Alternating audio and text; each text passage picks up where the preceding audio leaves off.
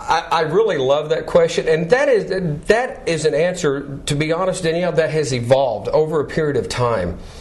As I was growing up, Lord, I was shooting guns when we were 5 years old. I'm not talking about Daisy BB guns. I had a little, it was a J.C. Higgins model 103.18, and I know that because I just refurbished it and gave it back to my father. But a single shot 22. We squirrel hunted. I grew up with guns. Guns were natural. We had them all over the house. That's just the way it was. I took it for granted. I had no idea that people were out there trying to take guns away from people. Why is that? So as time progressed and I get a little older and hopefully a little bit wiser, I start understanding a few things.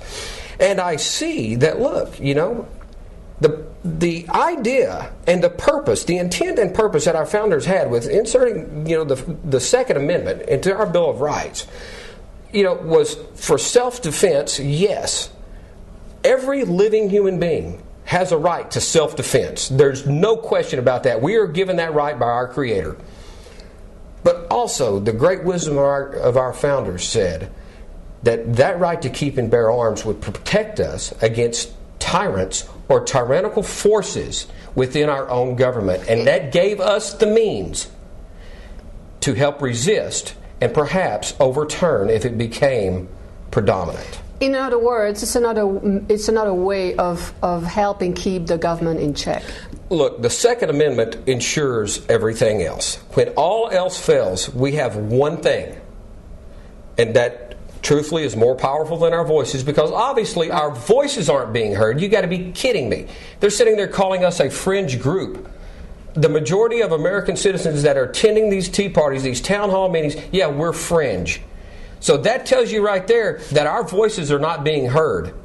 And I know that it sounds, some people may say you're just way too far out there, but I'm sorry. I honestly believe the Second Amendment is intended that when all else fails, we have our guns to ensure everything else. Since you're talking about being way too far out there and we're talking about rights, what do you think, how does that make you feel when somebody like the regulatory czar, Cass Sunstein, wants to give the right to sue to animals and has talked about also banning hunting altogether? Now, I'm an animal lover. I love animals.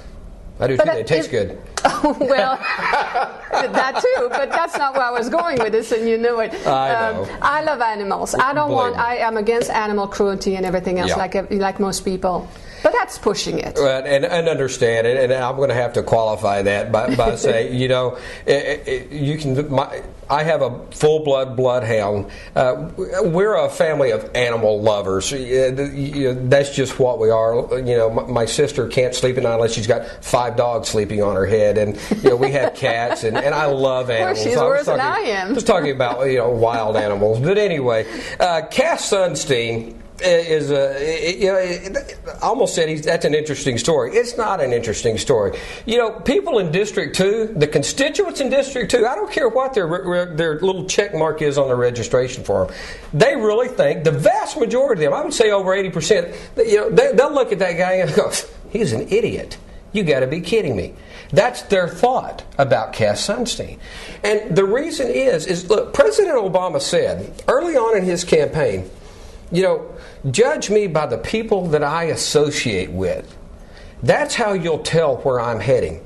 And Cass Sunstein is just in the middle of a long list of very radical, far left, yes, socialist, Marxian socialist, further left than that if you can get, list of individuals that Barack Hussein Obama has associated himself with, continues to associate himself with. Cass Sunstein is so far fringe left that I would be willing to bet there are less than 1% of the population of the United States that would fully agree with everything that he proposes. So I conclude you're not exactly in favor of what he's saying. No. Really, this is very. You've heard this before. A lot of people have heard this before. This is so. It's utopianistic, is what it is. And yes, it's nice to think that things can be perfect. I agree, it's nice to daydream sometimes, but sometimes you have to be real. You have to look at how the world is and how you function within the real world, and looking and proposing policy based on how you think things might or should be perfect is not beneficial to anyone. And Cass Sunstein is one of those individuals. This is not a perfect world. No one ever said it was perfect, and they will not make it perfect. I hate to tell them that. Yeah, they will not. Right. So we have to work within the realm of reality here. Okay, let's move on. Talking about reality, we got a few things that are very high on your platform: national security, domestic security, economic security, energy security. Let's go right now to economic security. Got some figures here. If you look at some, these are figures coming from the Treasury Department. Okay. Most of us know by now, because it's been touted all over the news, that we owe close to $1 trillion to China, 800 some billion as of July of 2009. That number in July, just a year ago, July of 2008, was just, if I can say just 550 billion. We nearly double that amount in just 1 year. Here's another figure. United Kingdom, it's a good thing they're our ally. We owe them today over $200 billion. A year ago exactly, it was only $66 billion. That's a heck of a jump. Here's another astonishing figure. Oil exporters, and I don't mean companies, I mean countries. We owe them approximately $200 billion as of July. Those, what's interesting is that the countries that make up those oil exporters, we know the normals, but here are a few people that stand out of the crowd. Venezuela, Indonesia, Iran, Iraq, Libya. Not exactly our friends. That's correct.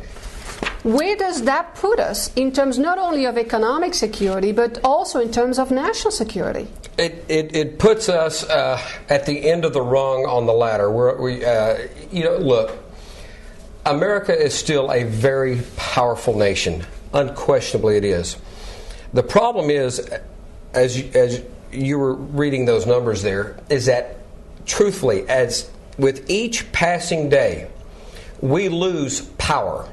Now, power is a combination of a lot of things. A lot of people even will use, some type of cultural norms. The way we present ourselves culturally throughout the world, they will use that in equations. But generally speaking, power today is economic power and military power. What we are doing by basically monetizing our debt and printing money, we are borrowing roughly almost half, 50 cents for every dollar we spend. We are borrowing or printing, which we in turn sell. The Treasury sells to China. Well, let's start with that. Do you have any idea to stop that bleeding? First of all, is stop spending. You've got to be kidding me. We spend out of this world. We've got to stop spending. There's a lot of ways to do that. We have to release the power of free market capitalism, Danielle. We have to. That is what made this country what it is. So how do we stop that bleeding? We have to get the debt under control. We have to stop monetizing the debt. We have to release the power of free market capitalism. Economies grow. When our economy grows, that does so much wonderful good for this debt situation that you're talking about. But to get back to that, what does that do to us?